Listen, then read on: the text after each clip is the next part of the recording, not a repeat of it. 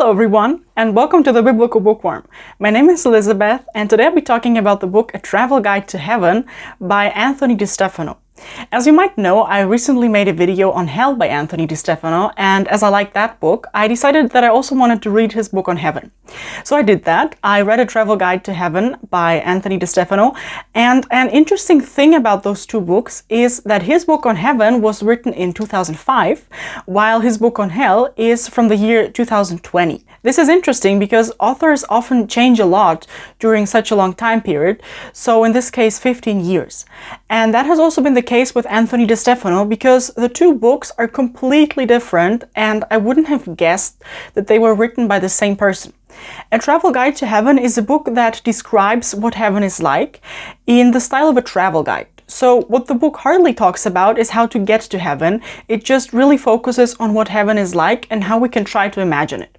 And by the way, he says that the beliefs presented in the book are common to both Catholics and Protestants. At the beginning of the book, the author explains that what people usually imagine heaven to be is a place with fluffy clouds and like non-stop Gregorian chant, for example. And he said it's understandable that no one gets excited about this because that doesn't seem to be much fun for longer than a day. So he wrote this book to make people excited about the idea of heaven. He writes that we as humans aren't able to imagine heaven, and he compares that situation with a boy who loves chocolate and his favorite thing to do is eating chocolate, but then the boy hits puberty and discovers his interest in girls. And before puberty, he could not have imagined that one day he would be excited about girls. And that's similar with us because we only can imagine heaven with the pleasures we already know on earth, but there will be entirely new pleasures which we have no way to grasp on this earth. I'll admit that those comparisons are a bit awkward, but they illustrate very well that we can't really imagine what heaven will be like. Now, in his book, DeStefano talks about topics such as what our resurrected bodies will be like, what it will be like to be in the company of saints and angels. He answers the question what the relationship between married couples will be like in heaven. He also dedicates a chapter to the question whether there will be animals in heaven. He talks about angels, he explains what it means to rest in peace, and finally he makes the attempt to explain what the beatific vision will be like, so what it's going to be like to meet God and to be able to see him. So let's get to the summary of the book. First, I'd like to address the idea that heaven is just wishful thinking. Here's what the author writes about that.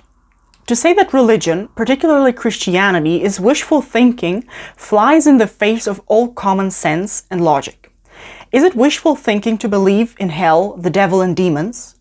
Is it wishful thinking to believe that we will be judged and held accountable for every sin we have ever committed? Is it wishful thinking to believe that the best way to live our life is to sacrifice our own desires for the sake of others? Is it wishful thinking to believe that we should discipline our bodily urges for the sake of some unseen kingdom? And while we're at it, is it wishful thinking to believe that God wants us to love our enemies? For goodness sake, what kind of demand is that? The author starts off by describing what people in heaven will be like. And the first thing he points out is that heaven is physical, because we as Christians believe that our resurrection will be both spiritual and physical. He explains that if you were a female on earth, you will be female in heaven, and if you were a male on earth, you will be male in heaven. Another thing he writes is that people in heaven are going to be the best version of themselves, so they will be healthy physically and spiritually. If you're interested in a description of our resurrected selves in more detail, you can watch my video from last week where I talked about that exact topic in the book Hope to Die by Scott Hahn. DeStefano explains that a big part of all the pleasures in heaven are going to be the people in heaven because we will be surrounded by saints. What I found particularly interesting here is his explanation why we know theologically that humans are social beings. So the explanation is that in God there are three persons. From this it follows that God himself is a social being, and as we are made in his image and likeness, we are also social beings. Finally, I'd like to address what the author says about marriage, and as you probably know, marriage ends with death, till death do us part. This is deduced from Matthew 22:24-30, where the following conversation took place. Master, Moses said, if a man die having no son, his brother shall marry his wife, and raise up issue to his brother. Now there were with us 7 brethren, and the first, having married a wife, died, not having issue, left his wife to his brother. In like manner the second, and the third, and so on to the 7th. And last of all the women died also. At the resurrection, therefore, whose wife of the 7 shall she be? For they all had her. And Jesus answering said to them, You err, not knowing the Scriptures nor the power of God. For in the resurrection they shall neither marry nor be married, but shall be as the angels of God in heaven. DeStefano explains that one of the reasons why marriage ends in heaven is because one of the purposes of marriage is for the couple to help each other to get to heaven. And when they are already dead, when they are in heaven, that goal has already been achieved. When it comes to the question whether there will be animals in heaven, DeStefano explains that as animals played an important role throughout the Bible, it is likely that there will be also animals in heaven. Examples of animals in the Bible would be the dove that helped Noah find out when the flood had ended, or the animals at Jesus' birth, because apart from Mary and Joseph, the animals were the only ones who witnessed the birth of Jesus. Or another example would be the story of Jonah when he was swallowed by a great fish. Father Mike also made a video about that question, whether your pet will be in heaven, and there he explains that according to St. Thomas Aquinas, who was the greatest theologian since the beginning of Christianity, there won't be any animals in heaven. Father Mike says that in his opinion there will be animals in heaven, but he explains what St. Thomas probably meant when he said that there will be no animals in heaven. So according to Father Mike, it's important to understand that regardless of whether there will be animals or not, in order to get to heaven, it's necessary to love God more than any animal. Father Mike says that if someone only wants to get to heaven when they will meet their pet there, they're not ready for heaven. Then there's a chapter where DeStefano explains why we say rest in peace after someone dies.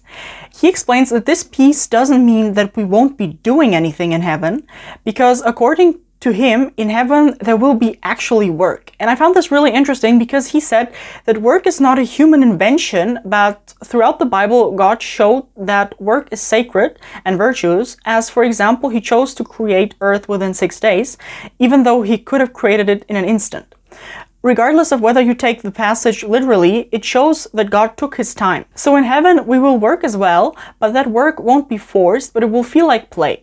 The author quotes Winston Churchill, who once said, "When I get to heaven, I mean to spend a considerable portion of my first million years in painting and so get to the bottom of the subject." So according to the author, some form of human creating will go on in heaven, but he notes that some jobs won't be needed anymore, like doctors, lawyers, police officers, or morticians, because the problems they solve on earth won't exist in heaven anymore, and so those people will have to change professions in heaven.